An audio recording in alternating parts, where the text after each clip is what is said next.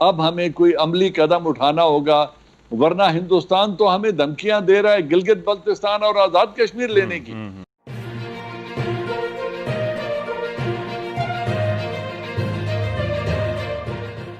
وہ گلوان کے ایریے میں اور اس میں اسرائیل اور انڈیا مل کے بیسز بنانا چاہتے ہیں۔ وہ وہاں پہ 25,000 آدمیوں کو ڈومیسائل دے کے ڈیموگرافی چینج کرنا چاہتے ہیں۔ وہ مزید ہندوؤں کو لانا چاہتے ہیں۔ وہ جو کشمیر کی مین لینڈ ہے اس کو وہ لیز آؤٹ کر کے تجارت کے لیے فورن انویسٹمنٹ وہاں پہ لانا چاہتے ہیں۔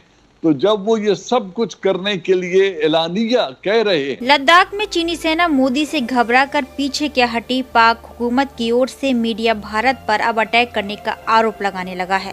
پاک میڈیا کو اب گلگت بالٹستان جانے کا ڈر ستانے لگا ہے۔ پاک میڈیا کا کہنا ہے کہ UN کی مہاشکتیاں بھی بھارت کے ساتھ آ گئی ہیں، ایسے میں بھارت سے جیت پانا مشکل نظر آ رہا ہے۔ وہیں پاک میڈیا مودی کی بڑھتی طاقت سے مودی کو کوسنے میں لگی ہوئی ہے۔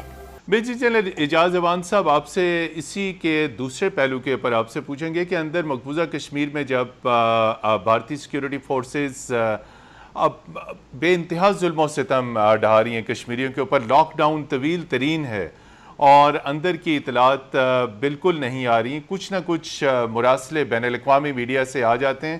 سوال آپ سے یہ ہے کہ اس کے ساتھ ساتھ لائن آف کنٹرول پر بھارتی سیکیورٹی فورسز کی جانب سے اشتعال انگیزیاں بڑھتی جا رہی ہیں، ریکارڈ وائلیشنز ہوئی ہیں لائن آف کنٹرول کی، اور پاکستان کی طرف آزاد کشمیر کی طرف سویلین ایریاز کو مسلسل ٹارگٹ کیا جاتا ہے، اور اس کے ساتھ ساتھ ہماری لیڈرشپ بھی کہہ چکی ہے کہ فالس فلیگ آپریشن کا بھی خطرہ موجود ہے۔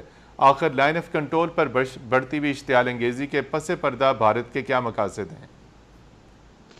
تھینک یو ورما جی۔ دیکھیے، یہ دونوں ایشوز، کشمیر کی انٹرنل سچویشن اور لائن آف کنٹرول کے اکراس جو کچھ انڈیا کر رہا ہے، یہ دونوں انٹر لنکڈ ہیں۔ ایون جو line of actual contact China کے ساتھ ہو رہا ہے وہ بھی انٹر لنکڈ ہیں، اور یہ ایک try lateral issue on ground ایک سچویشن بنی ہوئی ہے۔ پہلی بات یہ ہے کہ جو کشمیر کے اندر جو کچھ ہو رہا ہے یہ تاریخ کا سیاہ ترین باب ہے اس ریجن میں، کہ نیکسٹ منتھ کی 5 اگست کو اسے 1 سال ہو جائے گا۔ جو 80,000 لاشیں اٹھا چکے ہیں کشمیری، 16,000 عورتیں ریپ ہو چکی ہیں، 800 بچوں کی بینائی جا چکی ہے پیلٹ گنز کے استعمال سے، اور وہاں جو ایک غیر پیشہ وارانہ اقدام انڈین آرمی اٹھا رہی ہے، ان میں آپ 4 چیزوں کو دیکھیں، ان کی مثال آپ کو دنیا میں نہیں ملے گی۔ ایک اسرائیل ہے جو یہ کرتا ہے، اور ایک ہندوستان ہے جو کر رہا ہے، اور وہی اسرائیلی ٹیکٹکس یہ یوز کر رہے ہیں۔ لیکن یہ ایک اتنی بے حسی انٹرنیشنل فورم پہ ہو رہی ہے کیونکہ بدقسمتی سے ڈپلومیسی کی چکی اسی رفتار سے چلتی ہے، اور وہ اس سے تیز رفتار پہ چل نہیں سکتی۔ اور اس سے بڑی بدقسمتی یہ ہے کہ اس وقت وہ مؤثر ترین آوازیں جو UN کے اندر اس چارٹر کو انفورس کرنے کے لیے یا اس قانون شکنی پہ کوئی مذمت کر سکتے ہیں یا پیونیٹیو ایکشن لے سکتے ہیں، وہ تمام اس وقت ہندوستان کی اس ظلم سے صرف نظر کر رہے ہیں۔ امریکہ صرف نظر کر رہا ہے، برطانیہ، جرمنی، فرانس۔ یہ وہ مؤثر آوازیں ہیں جو UN کے اندر بھونچال کھڑا کر سکتی ہیں اور ایک پیونیٹیو ایکشن ہو سکتا ہے۔ لیکن یہ پانچوں اس وقت اپنے قومی مفاد میں، جو کہ لیڈ بائی امریکن انیشیٹو ہے، وہ چائنا کو کنٹین کرنے کے لیے تمام تر گنجائش ہندوستان کو دیے جا رہے ہیں۔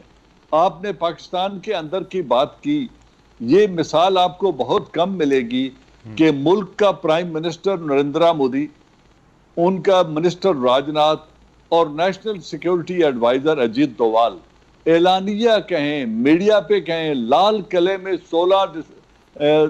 2016 میں 15 اگست کو نریندرا مودی کھڑے ہو کر قومی خطاب میں کہے کہ ہم گلگت اور بلتستان کے اندر سے لوگ میرے ساتھ رابطے میں ہیں۔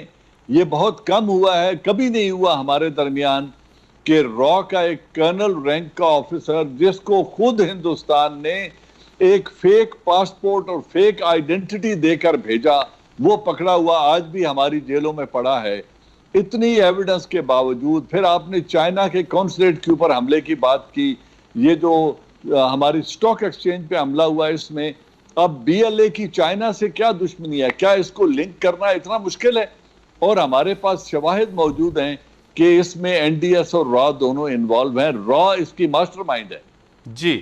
اب یہ سارا کچھ اعلانیہ ہو رہا ہے تو پھر اس کا دیکھنا یہ ہے کہ دنیا اتنی بے حسی کیوں کر رہی ہے, اور پھر اگر دنیا اس سے صرف نظر کر رہی ہے تو پھر پاکستان نے کیا کرنا ہے, چائنا نے کیا کرنا ہے, وہ ہمیں کون سے اقدام اٹھانے پڑیں گے جب یہی جو انڈیا کے خیر خواہ بنے ہوئے ہیں, جن کا نیشنل انٹرسٹ ان کے ساتھ کوئنسائڈ کر رہا ہے, جن کا معاشی مفاد اور چائنا کے دشمنی یا چائنا کے خلاف ٹریڈ وار ان کو کوئی حرکت نہیں کرنے دیتی, پھر ان انٹرسٹ کو ہٹ کرنا ہوگا.